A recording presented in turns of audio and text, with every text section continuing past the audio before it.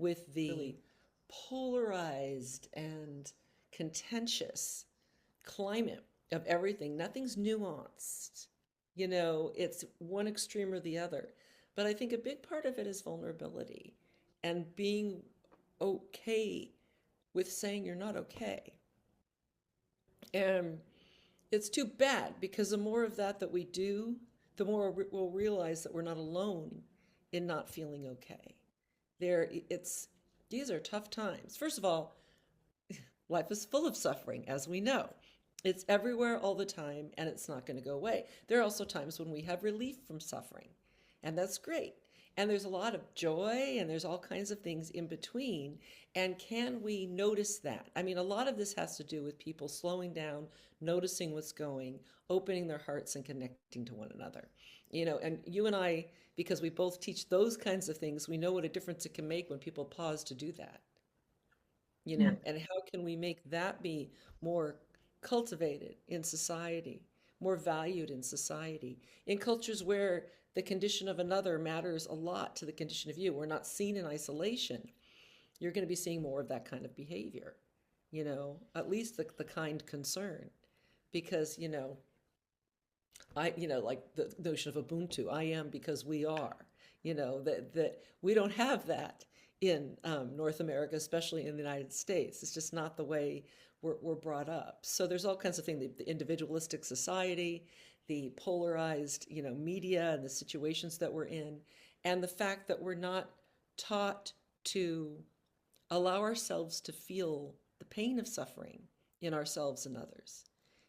So we talk about the cultivation of empathy, and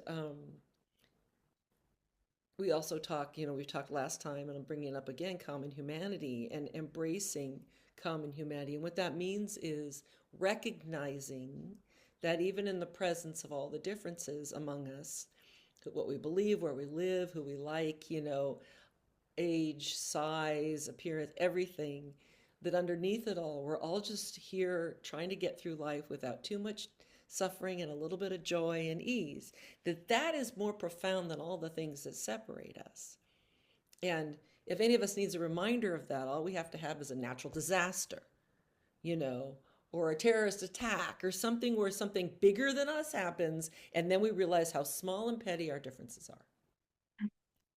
And if we can embrace impermanence, that's the thing that I think gets lost in all the, I mean, everybody who teaches this stuff knows this, but in all the kind of accessible, westernized mindfulness, compassion, all these things, there's not enough talk about impermanence because impermanence, I think, when you really acknowledge that and embrace that, and that we're just but a flicker, and everything changes all the time, and so much suffering comes in and hoping that they won't, and holding on to what's inevitably going to shift and and that there's beauty in impermanence, because even if something's glorious, it'll end, but if something's awful, it's going to change too, right?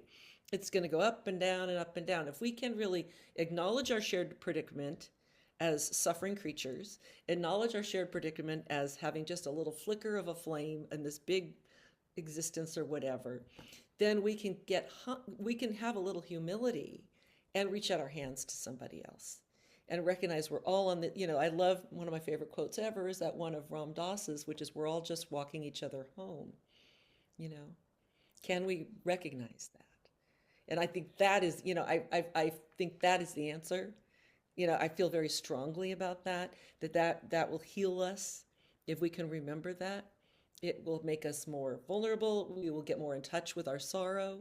We'll be able to cry and we'll be able to smile and all those things in between.